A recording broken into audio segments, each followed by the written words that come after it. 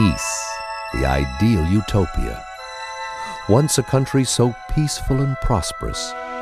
A country where children were as free as the wind. A country where harmony blew through the hearts of all men. Ys, a kingdom ruled by the wisdom and charity of its 6 powerful priests. An empire watched over and blessed by the enchanting aura of its 2 beautiful goddesses.